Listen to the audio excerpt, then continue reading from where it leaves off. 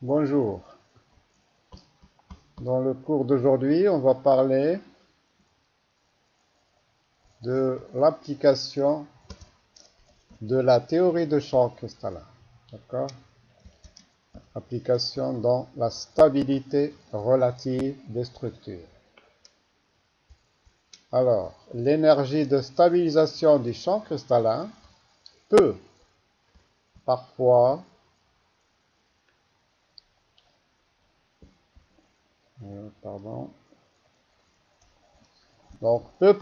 expliquer la formation de certains types de structures. D'accord? En effet, l'énergie de stabilisation du champ cristallin peut être utilisée dans les cas des structures spinées. D'accord? Elle peut, a priori, mais pas toujours, on verra dans les TD, en TD, elle peut a priori prédire la distribution des cations dans les sites tétraédriques et octaédriques de la structure spinaire. D'accord? On va voir comment. Définissons d'abord la structure, ou rappelons la structure spinaire. Alors, les spinels ont pour formule générale A bivalent, B2 trivalent, O4. D'accord? Dans laquelle, dans cette structure spinelle, les ions O2- adoptent un réseau cubique à face centrée. Qui dit réseau cubique à face centrée d'oxygène, ça veut dire il y aura des sites tétraédriques et des sites octaédriques. D'accord? Et les cations A2+ et B3+ vont se mettre ou se loger dans ces sites, soit octaédriques, soit tétraédriques. D'accord? Alors, les cations bivalents, d'accord, les cations A2+, occupent 1/8 des sites tétraédriques. D'accord? 1/8 des sites tétraédriques. Tandis que les cations trivalents, B3+, vont se mettre ou se placer dans la moitié des sites octaédriques. D'accord? Parce que dans un réseau CFC, d'accord, combien il y a de sites octaédriques? Il y a 4 sites octaédriques. D'accord? C'est pour ça qu'on n'occupe que la moitié. D'accord? Parce que c'est B2. Et combien il y a de sites tétraédriques? Voir notre cours de cristallo dans un réseau cubique face centré. 8 sites tétraédriques. Et comme j'ai ici un seul cation bivalent, donc il occupe seulement le 1/8 des sites tétraédriques. D'accord? Mais de toute façon, après, on n'aura plus besoin de 1/8, la moitié, etc. D'accord? Alors, cette description, telle qu'elle est faite maintenant, correspond à la structure qu'on appelle spinel normal ou spinel direct. Avec la formule brute, donc on l'écrit sous forme de A, B2O4. A en site tétraédrique et B, 3+, en site octaédrique. Spinel normal ou direct. Mais il y a une autre possibilité. Parfois, la moitié des cations trivalents vont se mettre dans les sites tétraédriques. Et les cations bivalents occupent les sites octaédriques. D'accord? Donc il y a un cation B qui va se mettre en site tétraédrique et le cation A se met en site octaédrique. D'où la formule. Cet arrangement des cations peut être exprimé par la formule brute, donc on l'écrit sous forme de B entre crochets AB O4. D'accord? Et il correspond au type de structure spinel inverse. D'accord? Spinel inverse. ici. Donc c'est B qui est à l'extérieur, donc il va occuper les sites tétraédriques. Et A, site octaédrique, et B ici, site octaédrique. C'est ce qu'on appelle spinel inverse. D'accord? Donc on a deux possibilités, spinel direct ou spinel inverse. Et on va voir comment la théorie de champ cristallin, par le calcul des énergies de stabilisation, peut prévoir quel type de structure spinelle, directe ou inverse. Alors, la formation d'une structure spinelle directe ou inverse, elle dépend de plusieurs facteurs, autres que l'énergie de stabilisation. Il y a l'effet de taille et de charge des cations, c'est-à-dire rayon ionique des cations métalliques. D'accord? Rayon ionique des cations métalliques. Alors, le site octaédrique, il est plus volumineux, d'accord, plus gros, que le site tétraédrique. D'accord? Et comme le rayon du cation bivalent M2+, est plus grand que celui du cation trivalent, c'est ce qu'on a appelé tout à l'heure A et B, d'accord, M3+, les premiers, c'est-à-dire M2+, d'accord, puisqu'ils sont les plus gros, ils vont se mettre dans le site le plus gros, donc en site octaédrique. Et les seconds, d'accord, c'est-à-dire M3+, va se mettre en site tétraédrique. Ça, si je considère l'effet de taille et de charge des cations, d'accord. Cette considération, ou ces considérations donc géométriques montrent donc la préférence pour une structure spinelle inverse. D'accord? Donc, d'après l'effet de taille, ça doit être normalement spinelle inverse. D'accord? Le gros cation, M2+, se met en site octaédrique. Et celui qui a la taille la plus faible, c'est-à-dire M3+, va se mettre en site tétraédrique. C'est spinelle inverse. Il y a un autre effet, c'est l'effet de l'énergie réticulaire. D'accord? Ce qu'on appelle énergie réticulaire. D'accord? Les forces d'attraction cation-anion, cation ce sont A2+, et B3+, et les anions sont les oxygènes, sont plus importantes pour les cations les plus élevés, c'est normal, et bien sûr avec la coordinance la plus élevée. Donc le système est beaucoup plus stable dans ces conditions-là. Les gros cations doivent se mettre dans la coordinance la plus grande, c'est-à-dire en site octaédrique. Là donc la stabilisation sera donc plus importante dans le cas d'une structure spinelle normale. D'accord? D'après l'énergie réticulaire. D'accord? D'après, si je raisonne seulement sur l'énergie réticulaire, je dois avoir le cation le plus chargé dans le site le plus gros, c'est-à-dire la coordinance la plus élevée. Donc, les deux cations B3+, se mettront en site octaédrique et le cation 2+, A2+, en site tétraédrique. C'est structure spinelle normale. Ce facteur d'énergie réticulaire est plus important que le premier qu'on a vu tout à l'heure.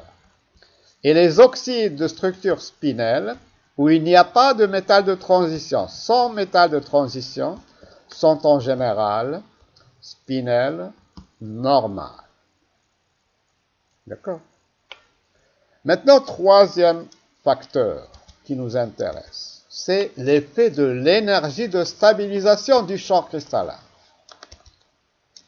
Quand un composé adopte une structure spinelle et possède dans sa composition au moins un ion de transition, parce qu'on ne peut parler d'énergie de stabilisation du champ cristallin que pour les ions qui ont des électrons D, donc les éléments de transition, d'accord?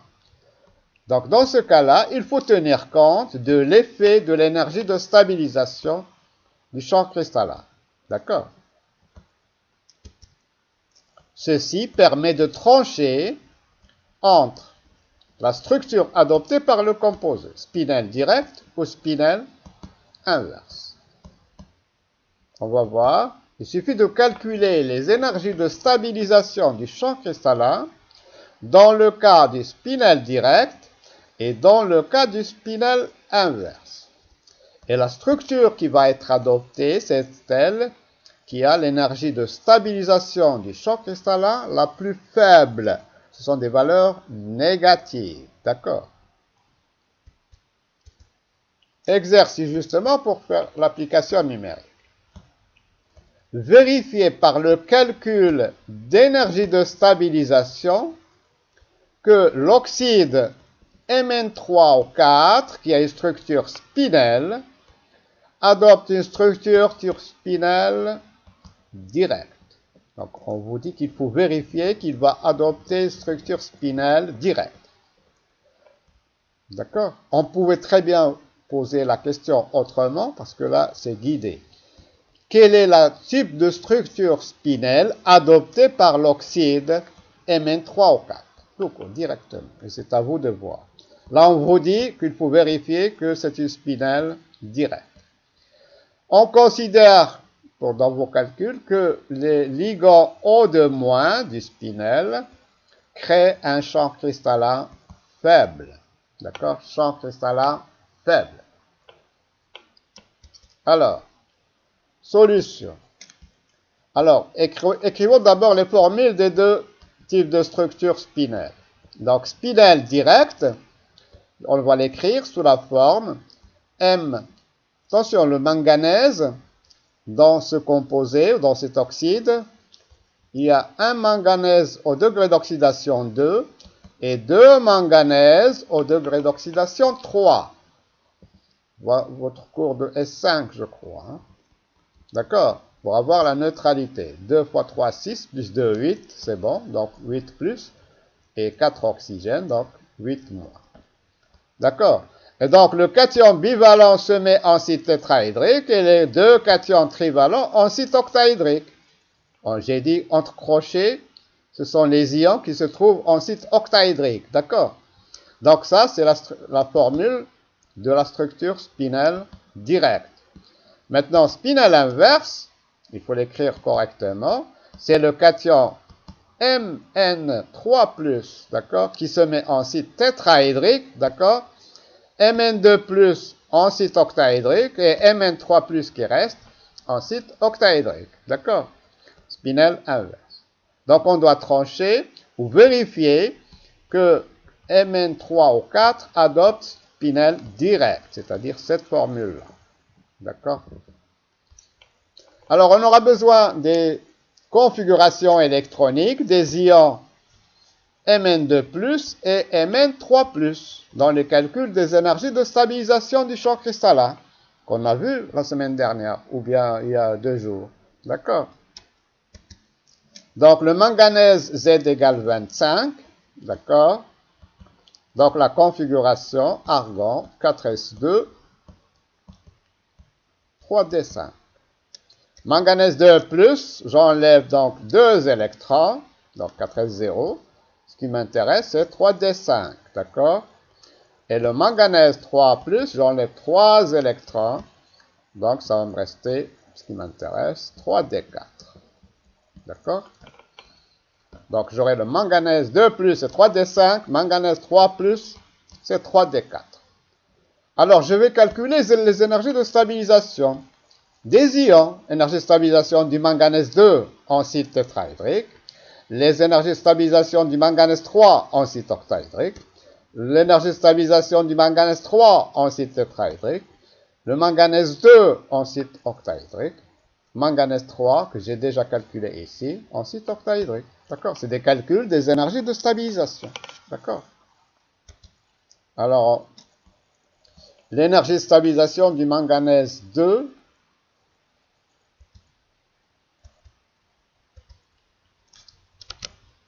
voilà, manganèse 2. Commençons par le manganèse 2 en site tétrahydrique.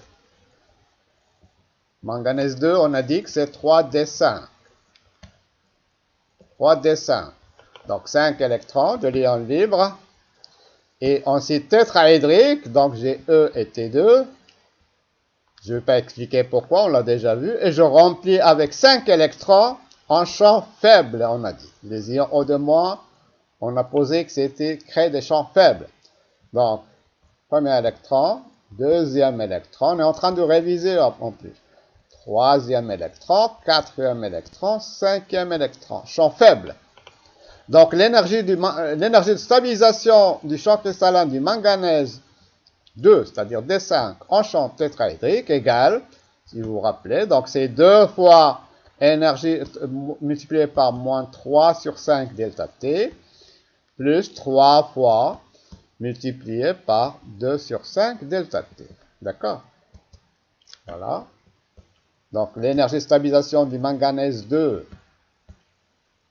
qui est à la configuration D5, en site tétraédrique, égale donc 2 fois multiplié par moins 3 sur 5 delta T, et 3 fois multiplié par 2 sur 5 delta T, égale 0. Nul. D'accord? Maintenant, le manganèse toujours 2, on aura besoin, le manganèse 2 en site octaédrique. Toujours le manganèse 2, d'accord, D5, mais en site octaédrique. Donc ici, donc T2G et EG, site octaédrique. De la même façon, je remplis les orbitales T2G, EG en champ faible. D'accord, 5 électrons D. Donc j'aurai 3 électrons dans les orbitales T2G et 2 électrons dans les orbitales EG. Donc, l'énergie de stabilisation à quoi est égale?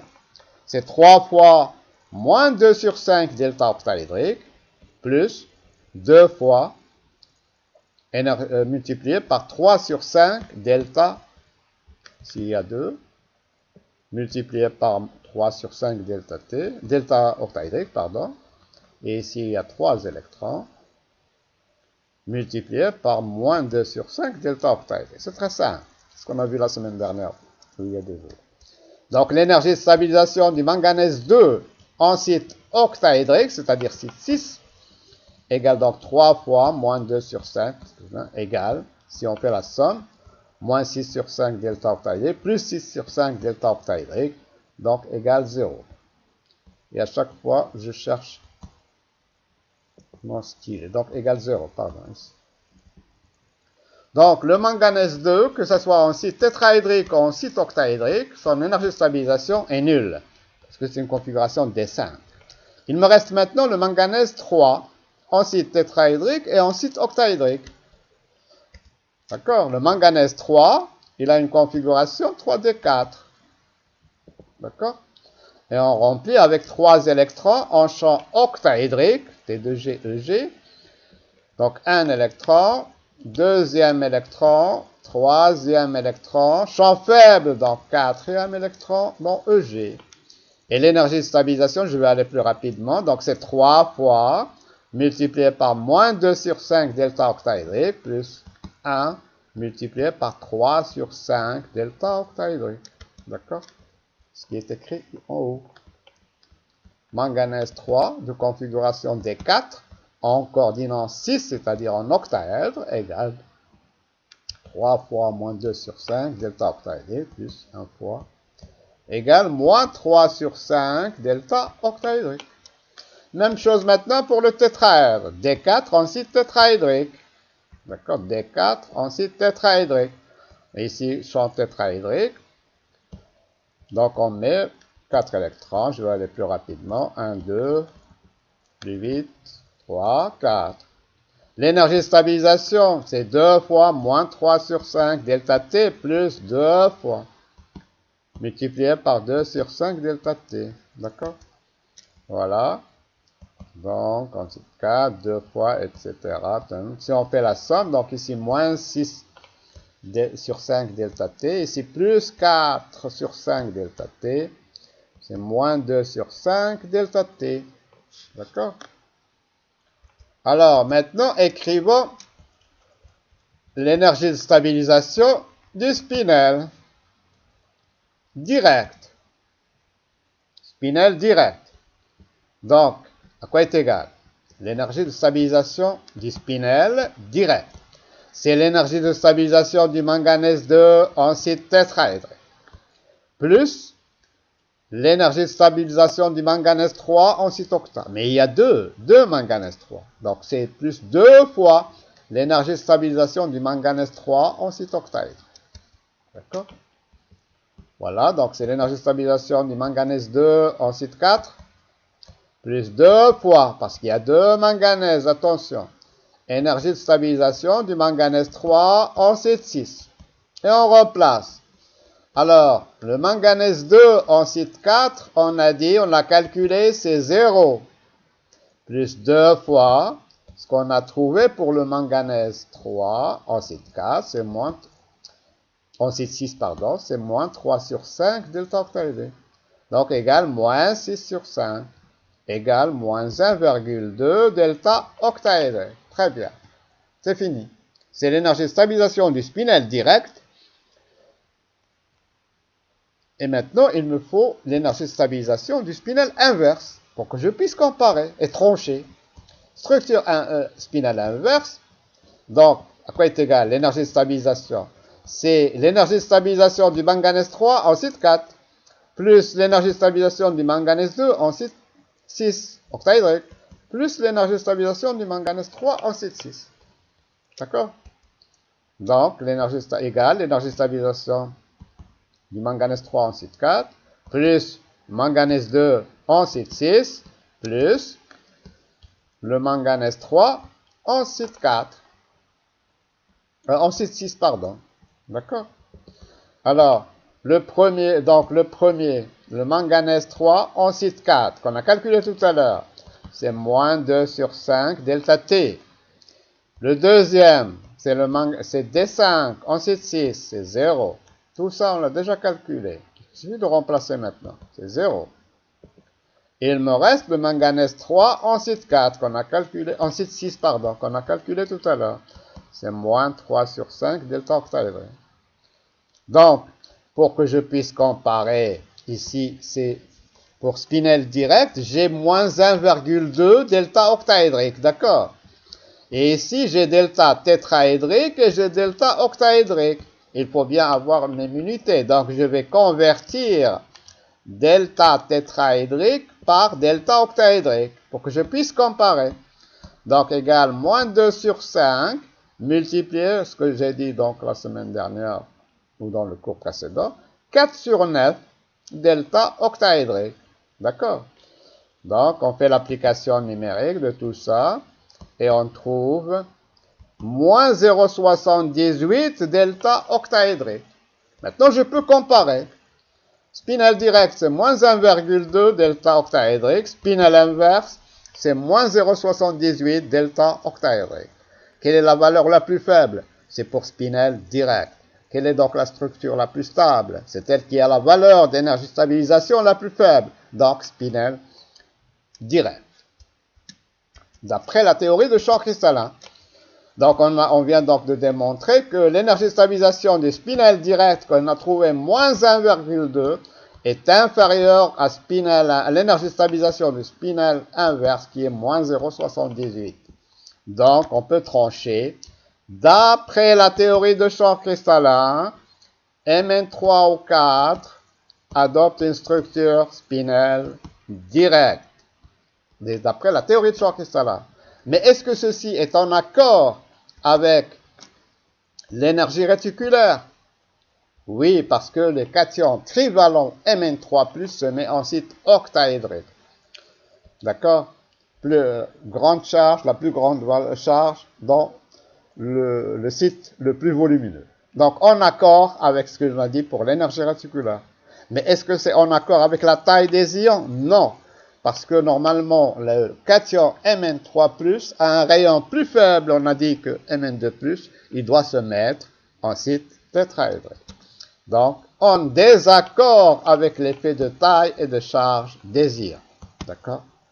Ce qu'on a trouvé je répète, ce qu'on a trouvé par la théorie de champ cristallin est en accord avec l'énergie réticulaire, mais en désaccord avec l'effet de taille et de charge. Remarque. Alors attention, certains composés peuvent présenter un type de structure spinelle, mais partiellement inverse, pas totalement inverse. D'accord? C'est le cas par exemple de CuFe2O4. La formule d'un composé qui adopte une structure spinelle partiellement inverse s'écrit sous la forme, voilà, ça veut dire que il y a un cation 3+, mais pas X, X B3+, qui passe en site octaédrique. Et X cation A2+, passe en site octaédrique. Donc partiel. D'accord, pardon. Bien sûr, quand X égale 0, c'est la structure spinelle directe. Quand X égale 1, c'est spinelle inverse. Donc X compris entre 0 et 1. X, c'est le degré d'inversion. D'accord? C'est la formule générale d'une structure spinelle. Et avec X égale 0 et 1, on a donc soit 0, soit 1, soit entre 0 et 1, qui est donc partiellement inverse. Deuxième paragraphe, l'effet Jahn-Teller. Champ octaédrique déformé et plan carré. Dans cette vidéo, on va parler juste de ce que c'est l'effet Jahn-Teller et on va s'arrêter. Et la semaine dernière, on va voir champ octaédrique déformé et la géométrie plan carré. D'accord? L'effet Jahn-Teller, c'est très simple. Jahn et Teller, ils ont défini, ils ont trouvé. Donc Jahn et Teller, c'est pour ça qu'on appelle effet Jahn-Teller. D'accord? Ils ont théoriquement prévu que tout système moléculaire ayant un niveau électronique dégénéré, c'est-à-dire des niveaux avec même énergie, avec des orbitales atomiques T2G ou EG qui sont inégalement peuplés, c'est-à-dire qu'ils n'ont pas le même nombre d'électrons, est instable. Instable. Ce système est instable. D'accord?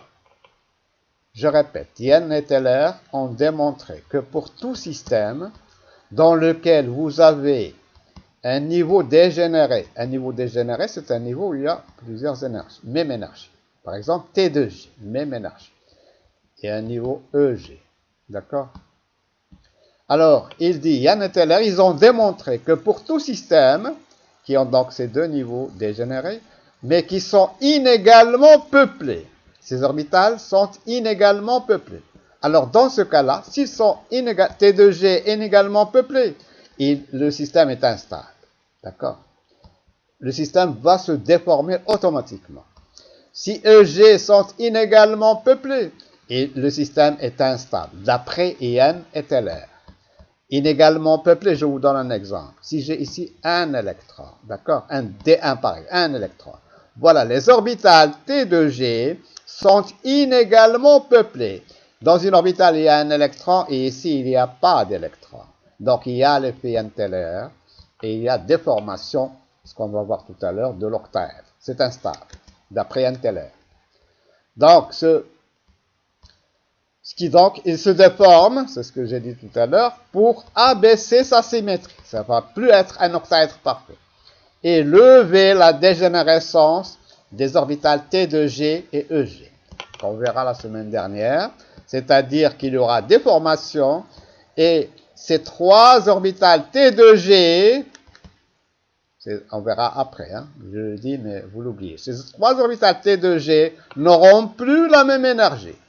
Et ces deux orbitales EG n'auront plus la même énergie. D'accord? Il y aura donc décomposition, donc une levée de dégénérescence. D'accord? On est parti du l'ion libre, 5 orbitales, même énergie. C'est ce que vous connaissez depuis la première année de la fac. Maintenant, pour l'octaèdre, on a dit que les 5 orbitales D vont se décomposer en deux niveaux. D'accord? T2G et EG, dans un octaèdre. Et on verra donc la semaine prochaine, que ces orbitales T2G et ces orbitales EG vont, d'accord, elles aussi, se décomposer en plusieurs niveaux. D'accord? Alors, pour certaines configurations électroniques, l'octaèdre, donc, n'est pas la géométrie la plus stable. D'accord? C'est l'effet Jahn-Teller. Ce n'est pas la géométrie la plus stable. Il y a déformation. Donc, d'après le théorème de Jahn et Teller, l'octaèdre, c'est ce que j'ai dit tout à l'heure, va se déformer et cette déformation peut amener un gain de stabilité supplémentaire. Donc, d'après Teller, le système est beaucoup plus stable si l'octaèdre est déformé. Donc, c'est plus stable, un octaèdre déformé est plus stable qu'un octaèdre parfait. C'est ça ce qu'il veut dire. Mais à condition, bien sûr, que les orbitales T de G ou EG sont inégalement peuplées. Alors, il faut noter que l'effet Teller est plus important lorsque les orbitales EG qui sont inégalement peuplées. Donc, parce que l'effet Teller, la déformation, aura lieu lorsque les orbitales T de G, je le répète encore une fois, sont inégalement peuplées. Ou bien EG sont inégalement peuplées. Donc, d'après Teller, c'est-à-dire, Teller, ça veut dire que l'octaèdre va se déformer. D'accord? Mais d'après Teller, la déformation est beaucoup plus importante. Donc, l'effet Teller est beaucoup plus important lorsqu'on parle des orbitales EG. D'accord? Alors, exercice. Quelles sont les configurations Dn qui présentent un effet Teller en champ octaédrique faible? D'accord? Je vais le donner en champ octaédrique faible. On va passer en revue toutes les configurations de D1 jusqu'à D10 et voir si on a un effet Teller. Et je le répète encore une fois, un effet Teller, ça veut dire que l'octaèdre n'est pas parfait. Il va se déformer. Quand est-ce qu'il va se déformer? Je suis en train de le répéter pour la 4e fois. Lorsque les orbitales T de G ou EG sont inégalement peuplées par les électrons. Alors, ici, vous avez toutes les configurations de D1 jusqu'à D10, d'accord? Et dans une géométrie octaédrique, champ faible. Je n'ai pas représenté, bien sûr, les trois au même niveau. C'est T de G, et ce qui est en haut, c'est EG, d'accord? Alors, commençons. La première, D1. Est-ce qu'il y aura effet Teller ou pas? Oui. Pourquoi? Parce que les orbitales T de G ici sont inégalement peuplées. Il y a une orbitale qui a un électron et deux orbitales qui n'ont pas d'électron. D'accord? Effet Teller? Oui. D2 maintenant. Effet Teller ou pas? Oui, parce que les orbitales T de G sont inégalement peuplées. Vrai. Il y a l'effet Teller. D3 maintenant. 1, 2, 3.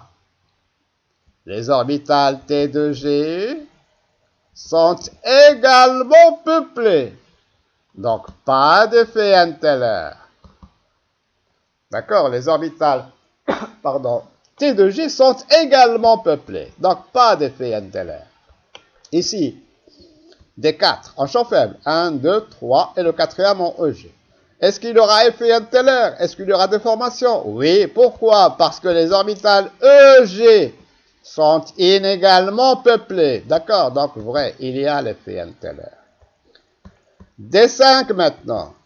Un champ faible. Hein? Donc, 1, 2, 3, 4, 5. Est-ce qu'il y aura effet Teller? Non. Les orbitales T de G sont également peuplées. Les orbitales EG sont également peuplées. D'accord? Donc, pas d'effet Teller. Je vais barrer ici. D6. Est-ce qu'il y aura effet Teller? Oui, parce que dans une orbitale, il y a deux électrons, dans les deux autres, il y a un électron. Donc, inégalement peuplé. Donc, vrai, il y a effet Teller. Ici, D7, oui. 2, 2, 1. Oui, il y a effet Teller pour D7. Ici, D8, non, il n'y a pas d'effet Teller. Les trois orbitales sont occupées de la même façon. Deux électrons, deux électrons, deux électrons. Ici, un électron, un électron. D'accord? Pas d'effet Teller. D'accord? Je vais barrer ici. D9 maintenant. Est-ce qu'il y aura effet? Oui, il y aura effet. Parce que les orbitales EG sont inégalement peuplées. Deux électrons, un électron. Vrai, il y a effet Teller. Maintenant, D10. Est-ce qu'il y aura effet? Non, il n'y a pas d'effet. Les orbitales sont occupées de la même façon. D'accord? Donc, les configurations Dn qui ont un effet intellaire, où il y a l'effet intellaire, sont D1, D2, D4, en champ faible, hein, D6, D7 et D9. D'accord? Et ici, vous avez un tableau où vous avez tous les cas possibles, d'accord? Tous les cas possibles. En champ octaédrique faible, d'accord? Delta octaédrique par P, c'est ce qu'on a vu. Ici, c'est ce qu'on a vu. On l'a déjà vu. Voilà, on retrouve ici faible, faible, ici nul. On a trouvé D3, il n'y a pas d'effet intellaire. On a trouvé D5, pas d'effet intellaire. Et on a trouvé D8, pas d'effet intellaire. L'effet intellaire est nul. Et D10, pas d'effet intellaire. D'accord? Et lorsque, bien sûr, les orbitales EG sont inégalement peuplées, l'effet intellaire est fort. C'est ce qui est écrit fort, fort pour D4 et pour D9. Et les autres, c'est faible. Vous pouvez refaire la même chose ici pour champ octaédrique fort. D'accord? Champ octaédrique fort. Ça change, attention. Ça ne change pas pour D1, D2, D3, c'est la même chose. D'accord? Mais après D4, D5, D6 et D7, ça change, attention. Et D8, D9, D10, ça ne change pas, c'est la même chose. Pas d'effet intellaire pour D8. D'accord? D9, un effet intellaire est fort. D10, il n'y a pas d'effet intellaire. D'accord? Alors voilà, donc j'ai fini. Je vous remercie. Et à la prochaine.